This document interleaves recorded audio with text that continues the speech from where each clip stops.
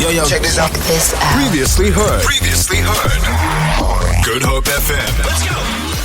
So this conversation is going to start like this. It starts with applause for the one and only, the Grammy-nominated, the South African music legend, man, singer, songwriter, composer, guitarist, one of our own, the one and only Jonathan Butler. Mr. Butler, thank you for joining us. It's great to be here with you, man. I'm so proud of you. Thank you. You're doing radio, you're doing music. And I just asked you how long you've been doing it. So yeah, it's been 4 years, which in the greater scheme of things is not a long time. But you know what? You sound great. Thank you. Appreciate that. Listen, when we talk about time, we can think about the decades that you've been in entertainment, and yes. It should be about 5 or so decades now. From when you were a kid, and just still continuing to entertain us, still continuing to inspire us, still continuing to also surprise yourself sometimes. I'm sure you get phone calls or emails or calls from a manager that say, "Listen, this has just happened," and you're like, "Wow." You know, I came every year. I've decided a couple of years ago that I would come every year to Cape Town to relax, away from the hectic schedule that I have in LA and touring and doing 3-4 cruises, a year, and then doing my own festivals, hosting my own shows, and so I said to my manager, I went 2 months of the year for myself to come to Cape Town, and I want in October I want to bring my safari, all my friends from America to South Africa. So I bring about 80 people in October during my birthday time. So this is a time for me just to be home, to chill, let my beard grow. I'm not trying to be a performer. I just walk around. But even though I put the hat on and walk around, people still kind of I'm amazed that they actually still notice who I am. It's interesting, eh? So I'm like, I'm an old toppy now. 63 years old. 63. Wow. Going to be 64 in October. Wow. But I'm happy to be home. Cape Town is like, when I saw the mayor said Cape Town was voted the number 1 city in the world, I was like, thank you.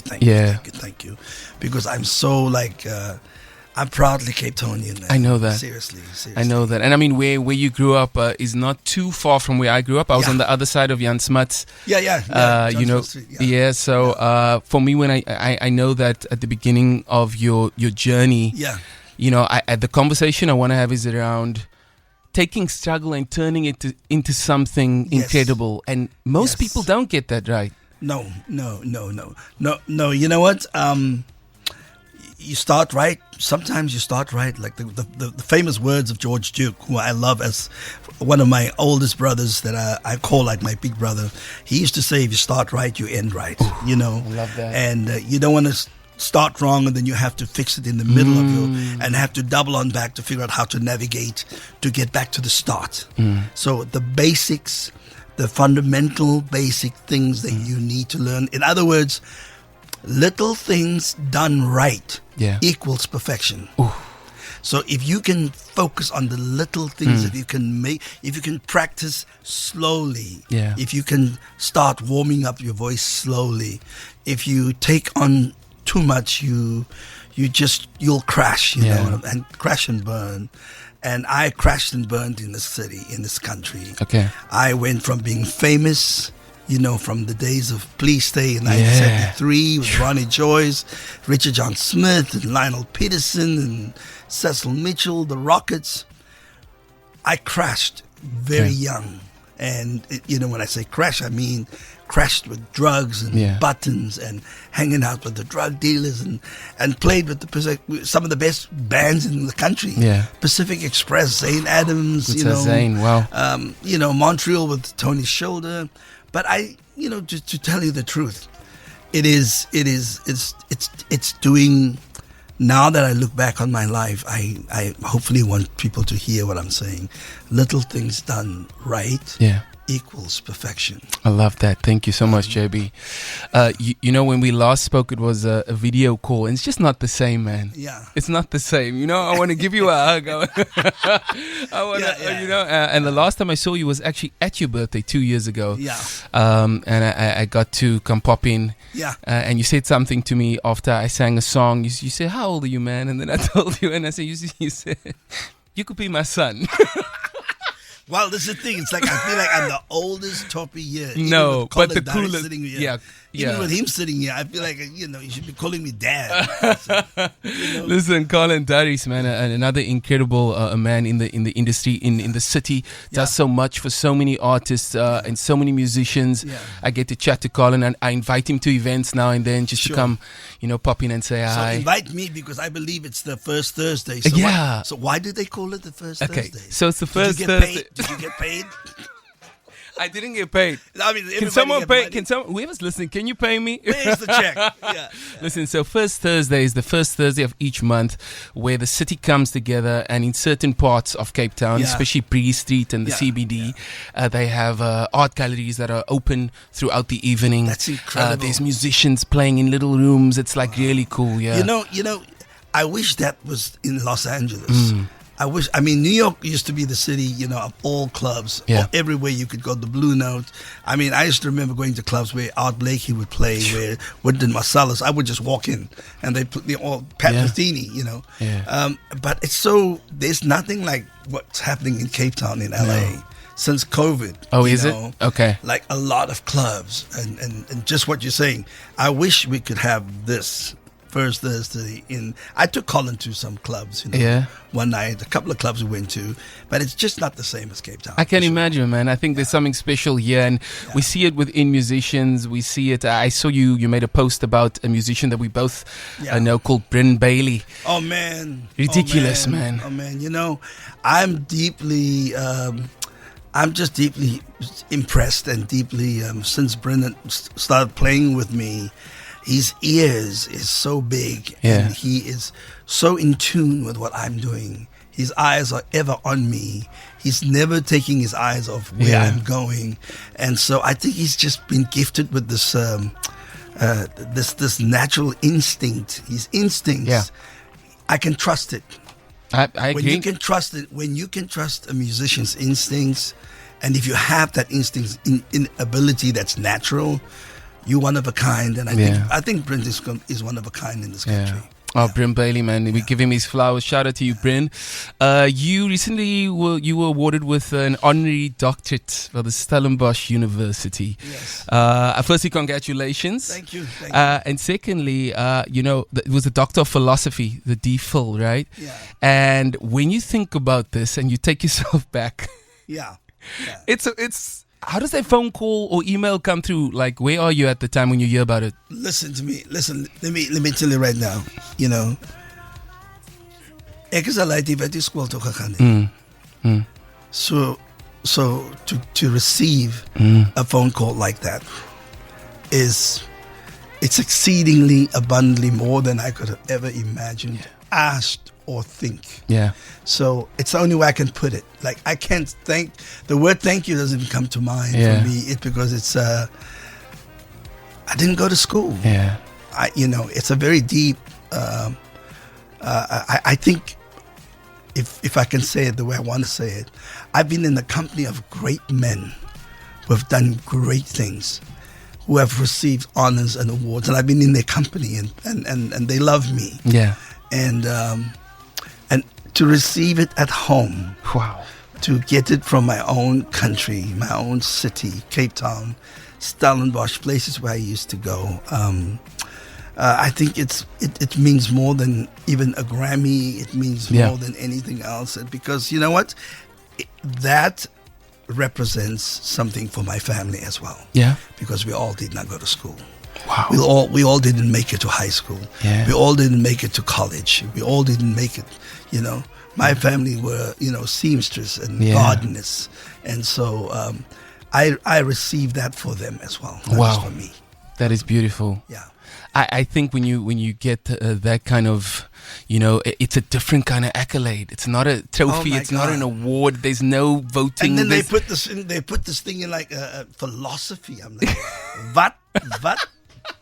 what's the philosophy? Man. But yes, as I'm speaking to you, the wisdom comes from God. Yeah. And the experience comes from the pain. Yeah. And the journey has taught me, has guided me geographically, has guided me to the point where I can say, I might have not gone to school, but music was my educator. Music was my indicator. Yeah. And music was my guide. So maybe I didn't, but I learned all this from the streets, baby. Yeah. I come from the streets, so that's what I know. Listen, man, it was Cape Town, it was Joburg, and then it was back to Cape Town for a little bit. Yeah. And I think when you got back to Cape Town for that little bit, something went down in Joburg. I don't want to ask too much. Yeah. But I know you came back, and it was in that time you wrote 7th Avenue. Yeah. And isn't that just crazy to think about how in the time where you think things are falling apart, you create you've made many. Well, that was dark. That was a very dark time because actually somebody yesterday at the masterclass brought the LP that I actually recorded. Wow. The 7th Avenue, the original version, not the one from Los Angeles. I mean from New York, and he had the LP. And there was a black guy by the name of Braka, Hendrik Lavona, who was the founder of the group called the All Rounders. Yes. They were blind brothers, and they were very famous, all throughout Joburg. And he started his first company called BAM Records. Yep. And they signed you. And he offered me 700 rand at the time. I said, damn, this is a lot of money. That's a lot of money. I can smoke a lot of buttons today. And we ended up going into the studio. And I wrote 7th Avenue. Wow. And that very day, we recorded 7th Avenue with Jack Montpellier on drums, Paul Abrams on bass from Pacific Express, Tony Cedras. I played percussion. And the rest is history. The song became, this. And it was a departure from... Because I was hanging out with the great Russell Hermans and Kader Khan and Jack, Joe Finn and all these guys. I was playing avant-garde stuff. Yeah. To then finding my own, actually putting my 7th Avenue Street on the map. On the map, just man. like something that was, it's the same thing with Falling in Love with Jesus. I wrote that. I had no idea this song would become this worldwide, national. It's an anthem. Hymn that people It's a hymn, sing every day. yeah. So I think if those that wait on the Lord, they will run but not grow weary. Yeah. They will walk and they will not faint. Yeah. So I think I've kind of experienced all that stuff. I've experienced moments where God has given me what I need to say to people. Yes. Like We Need You, Lord was another song. Yeah. So I feel like magic happens sometimes. Yeah. And I think as songwriters, you still write music. We both get to write songs, and we sometimes you don't know. No. You know a lot. Yeah. But you also don't know what happens to the song once it's completed. But our gift that we are given, we need to complete the song. Well, I wrote something with Bryn just 2 days ago, Bryn Bailey. Yeah. And he came into the studio, literally took over my studio. and he said, Uncle JB, don't worry, I've got everything under control. You do your thing, don't worry about it, I got this. And I came back, man, and I said to him, Bryn, this is going to be the first song on my new record. Wow. Because he just came in and put his hands on the keyboards and colored everything the way I wanted to hear it. Yeah. It was incredible. There's a connection you have to him, and I'm so happy about that. Listen, we're heading to some music before we continue the conversation. I honestly feel that I could speak to you for hours because I'm a sponge, and I think there's a few messages that have come through on the WhatsApp line. This one says, good evening, Chad and Jonathan Butler. It's an honor to have you on the show today. I enjoy listening to Jonathan Butler's music, and I'm so inspired by your songs and the way you play the beautiful guitar. I love Take Good Care of Me, Heal Our Land, and Holding On. Those are my favorite songs. Those are some of my favorite songs. Well, Take Good Care of Me. Take Good Care of Me. That's my. I mean, you know. Well, you know the story behind Take Good Care of Me. Yeah. It's turned up. It's turned upside down. I'm writing that the women I love take care of me, not me take care of the women. So take care of me. My heart's a tender thing. It's a vulnerable space. It's a wonderful space for a man to say to the woman, and that's my heart's a tender thing. Take good care of me. So, there you go. I love that, man. Another message over here saying, I dropped everything to listen to your interview with Jonathan Butler. He is an absolute legend. I love his music. I've been a fan since the start. We Need You, Lord is the song that always helps me out of dark times. Oh, man. Thank you for your music, JB. Comes through from Warren. Warren, thank you so much, Warren. I hope that you continue just to check in with me from time to time. Yeah, man. I'm on Facebook, I'm on Instagram, so love to you. You are tuned into Saaiman Says with Chad Saaiman. Weekdays 6 to 9 p.m. Exclusive to Good Hope FM. I have no, I don't want to say responsibilities, but I have no gigs to worry about. I don't can have feel to be that. anywhere. You're free. I'm so just so chilled and relaxed. It's amazing. I wake up, I have do a little reading, scripture reading. I look at the mountains. I thank God for just another day above ground, and make coffee. And I just really have to tell you, it's beautiful to be home. It's beautiful. Yeah. I can imagine. Yeah. I know you love cooking as well. Yes, I did. What's the last meal you've cooked? You know, it's amazing what can happen when you get divorced. You learn some stuff. You learn some new stuff. I'll make sure not to try that one out. I was married for 35 years or something like that. Yeah. And of course, then, life changed. You got to make sure that you understand that when people are married that long, either they like each other, and so they decide they're going to ride into the sunset, or they haven't found the secret of redefining the relationship. Because when you get to that long stage of marriage, you've got to be in a place where you can redefine what each other wants out of the relationship, and if you do, then it works. Okay. So anyway, I'm not going to do a Dr. Full lesson on marriage. I mean, you do have an honorary doctorate in philosophy. But I do have a few things that I can talk about. Yeah. But yeah, I've learned to cook, and I take it seriously. Same. I'm completely one of my favorite chefs that I follow. That's like my mentor. I should say. He won 3 Michelin stars. His name is Michael White. He's from England. Okay. Gordon Ramsay was under him. So you can imagine. Of course. When I learned to cook, I thought, this is what I need. I need this guy to be my guide. And so I have little things done right. Yeah. Equals perfection. Got you. I have the right knives. I have the right cutting boards. I have the right pots. I have the right patience now for cooking. It's taken me, my kids are gone. They're 40, they're your age. So they're gone. My grandkids popping now and then. But when I'm alone, I make my wife maybe pabuati. She loves pabuati. She loves when I make a papuati, something that she loves when I make her a great pasta dish with cherry tomatoes. Or she loves my lasagna. So I'm pretty deep. I can hear that. You're showing range there because you're going from papuati to lasagna to pasta. I mean, I'm killing the white people on this thing. I'm killing them. They don't even know what time it is when I'm ready. I'm killing the white folks on cooking, man. I love soup. My mother used to make. My favorite soup was stamp milis. Yeah.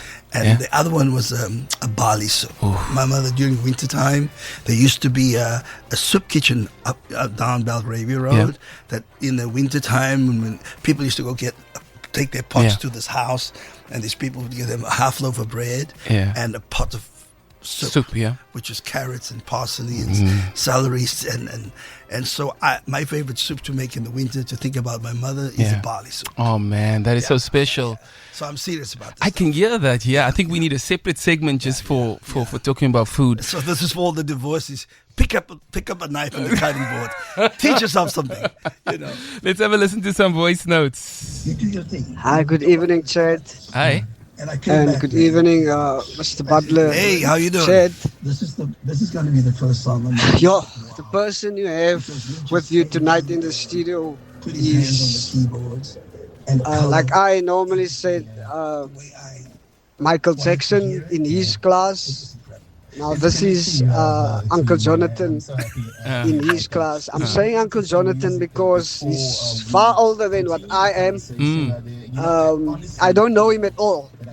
It's just my respect I need to show towards him. But like I said, the Michael Jackson in his class and Uncle Jonathan Butler in his class. I love that. World class people. What's your name? I do agree. Hi, Let's have a listen to this next Chad, one. and good evening to Mr. Butler. Hey, how you doing? I'd just like to say that about 14 years ago, I was at an all-time low in my life and going through a divorce and a lot of professional changes, and I discovered your gospel music. And specifically the song Falling in Love with Jesus. Amen, yes. Which led me to find or discover at least that you had other awesome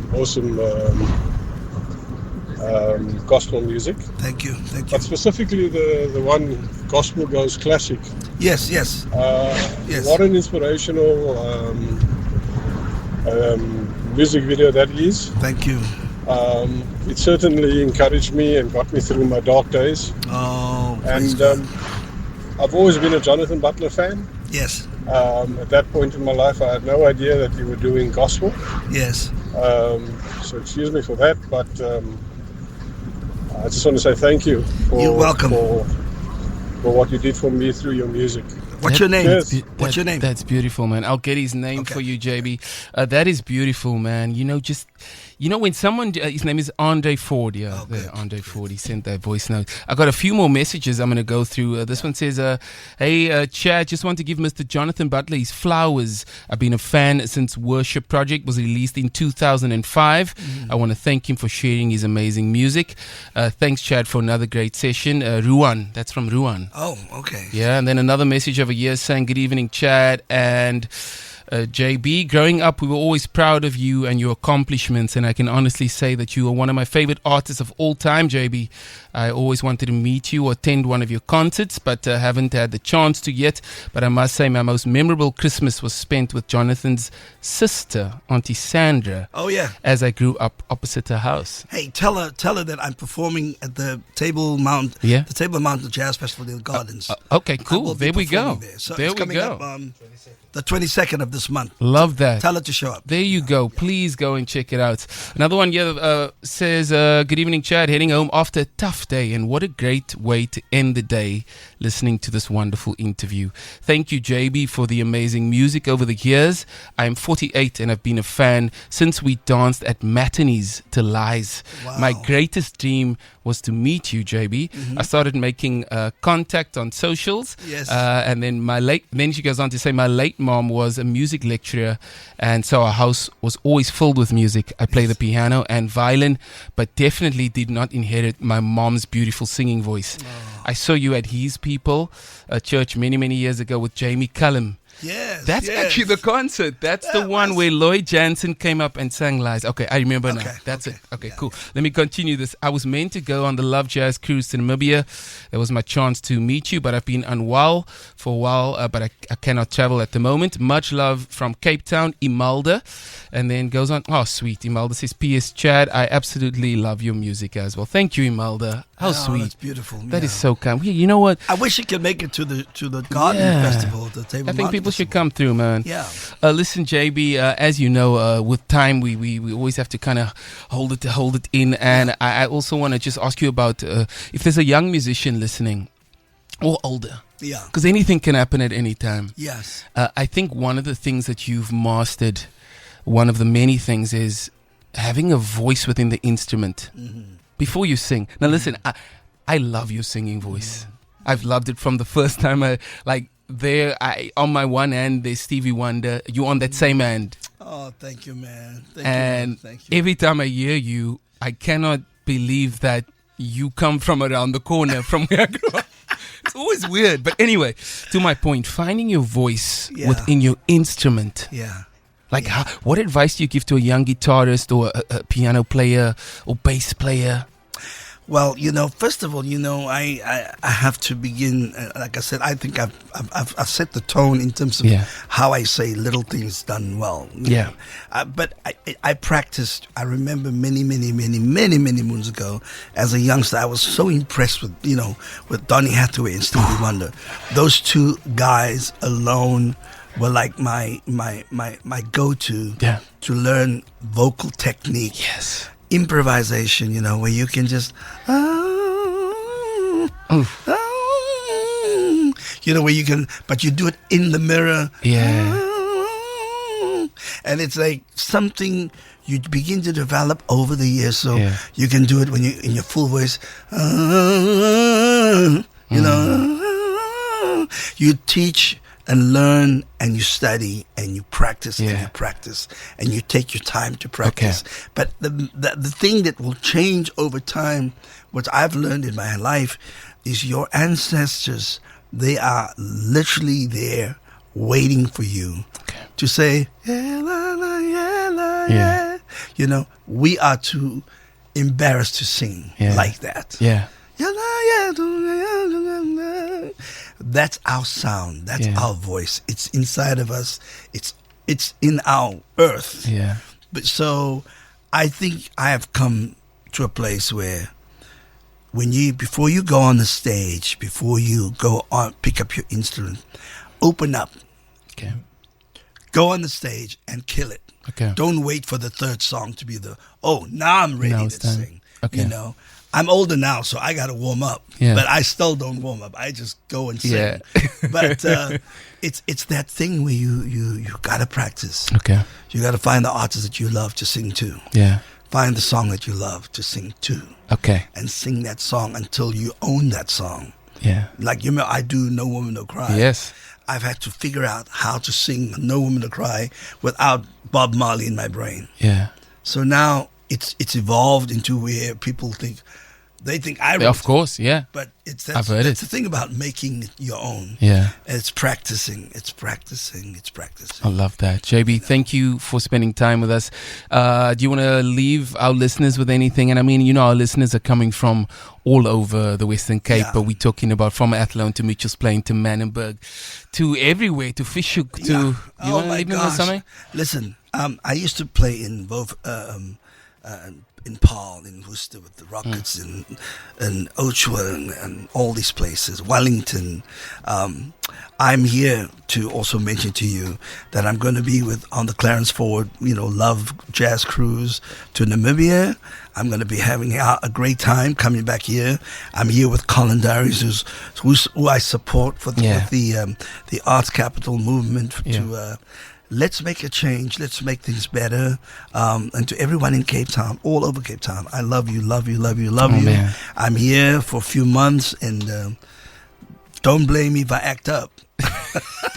First Thursday, JB's coming out tonight. First Thursday, I'm going to be in my room. Listen, JB, thank you so much for this conversation. It was an honor having you here. Anytime. I'll come back for sure. Please do come back, and I hope to see you in October. Yeah. Have a fantastic stay. Feel it. For more, tune in to goodhopefm.co.za. It's all you need.